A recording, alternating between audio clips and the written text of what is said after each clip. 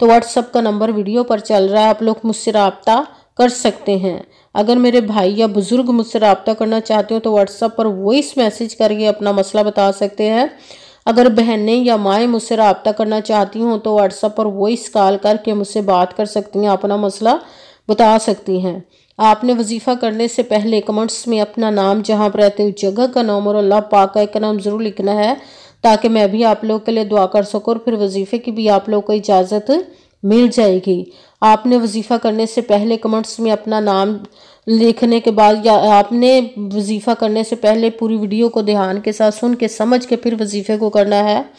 ایسا نہ ہو کہ ویڈیو کو سکپ کر کے چھوڑ کے سنیں اور پھر کوئی بات رہ جائے اور آپ وظیفہ کریں، ٹھیک نہ ہو۔ آپ نے نہ تو کسی عمل میں کم کر کے پڑھنا ہے، نہ زیادہ بڑھا کر پڑھنا ہے۔ اگر کم یا زیادہ کر دیتے تو وہ ہمارا وظیفہ ٹھیک نہیں ہوتا، ہمیں کامیابی نہیں ملتی۔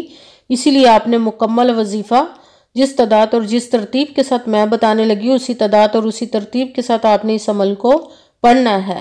آپ اس عمل کو آج کے دن کسی بھی جگہ پر بیٹھ کر پڑھ سکتے، گھر میں، آفس، مدرسہ، یونیورسٹی، کالج، شاپ پہ، مگر جب پڑھنے لگے تو بالکل خاموشی، توجہ، سکون کے ساتھ پڑھنا۔ وظیفے کے درمیان نہ تو آپ نے کسی سے بات کرنی، نہ اٹھنا، نہ فون استعمال کرنا ہے۔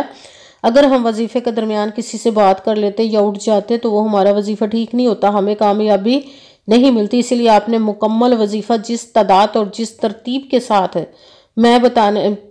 آپ نے اس وظیفے کو پڑھنے کے بعد کسی سے بات کرنی، اٹھنا یا کہ فون استعمال کرنا ہے۔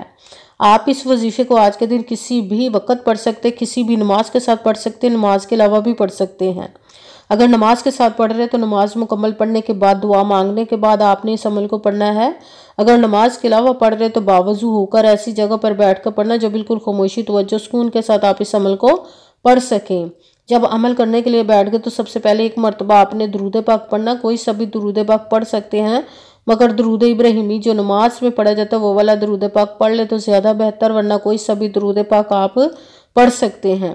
درود پاک پڑھنے کے بعد آپ نے ایک مرتبہ اعوذ باللہ من الشیطان الرجیم بسم اللہ الرحمن الرحیم پڑھ کر اپنے مقصد کی نیت کر لینی، جس کے لیے آپ اس عمل کو پڑھنے لگے۔ پھر پہلے نمبر پر جو آپ نے وظیفہ پڑھنا ہے وہ ہے رب کائنات کی پسندیدہ تسبیح ہے سبحان اللہ و بحمدہ سبحان اللہ العظیم، سبحان اللہ و بحمدہ سبحان اللہ العظیم، سبحان اللہ و بحمدہ سبحان اللہ العظیم، سبحان اللہ و بحمدہ سبحان اللہ العظیم، سبحان اللہ و بحمدہ سبحان اللہ العظیم، سبحان اللہ و بحمدہ سبحان اللہ العظیم۔ اس کو آپ نے 11 مرتبہ 11 ٹائم پڑھنا۔ پھر دوسرے نمبر پر جو وظیفہ پڑھنا ہے وہ قرآن پاک کی سب سے چھوٹی لاڈلی ضدی سورہ، جس کو دولت کا پاورفل المجرب وظیفہ مانا جاتا ہے، سورہ کوثر کا عمل پڑھنا ہے۔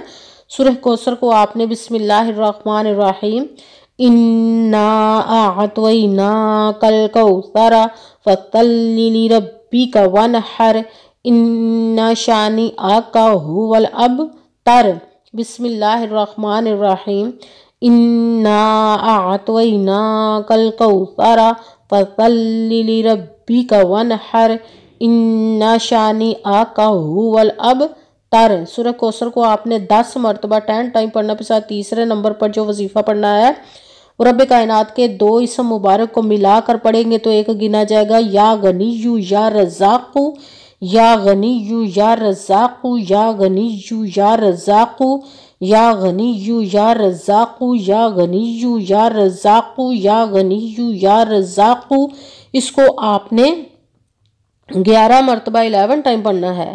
سب سے پہلے ایک مرتبہ درود پاک پڑھا، پھر ایک مرتبہ اعوذ باللہ من الشیطان الرجیم بسم اللہ الرحمن الرحیم پڑھ کر اپنے مقصد کی نیت کر لینی، جس کے لیے آپ اس عمل کو پڑھنے لگے۔ پھر پہلے نمبر پر جو آپ نے وظیفہ پڑھنا وہ ہے سبحان اللہ و بحمدہ سبحان اللہ العظیم۔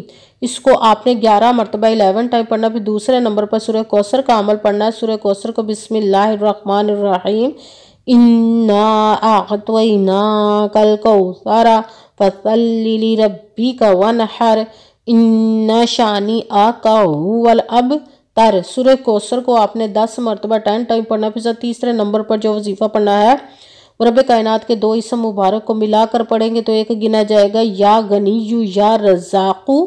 اس کو آپ نے 11 مرتبہ 11 ٹائم پڑھنا، پھر وہی درود پاک پڑھنا جو درود پاک آپ نے وظیفہ شروع کرنے سے پہلے پڑھا تھا۔ جب درود پاک پڑھ لیا، اب آپ کا وظیفہ مکمل ہو گیا، اب آپ نے دونوں ہاتھوں کو رب کائنات کی بارگاہ اقدس میں بلند کر لینا۔ سب سے پہلے اپنے گناہوں کی بخشش کی دعا مانگنی، پھر جس مقصد جس حاجت کے لیے آپ نے اس عمل کو کیا اس کی خوب دعا کیجیے گا۔ دعاؤں میں مجھے بھی یاد رکھیے گا، میرے لیے بھی دعا کیجیے گا۔ جزاک اللہ خیرہ۔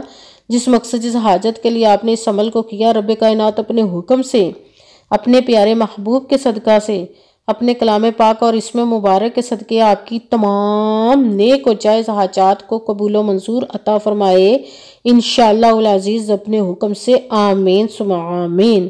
السلام علیکم ورحمۃ اللہ وبرکاتہ۔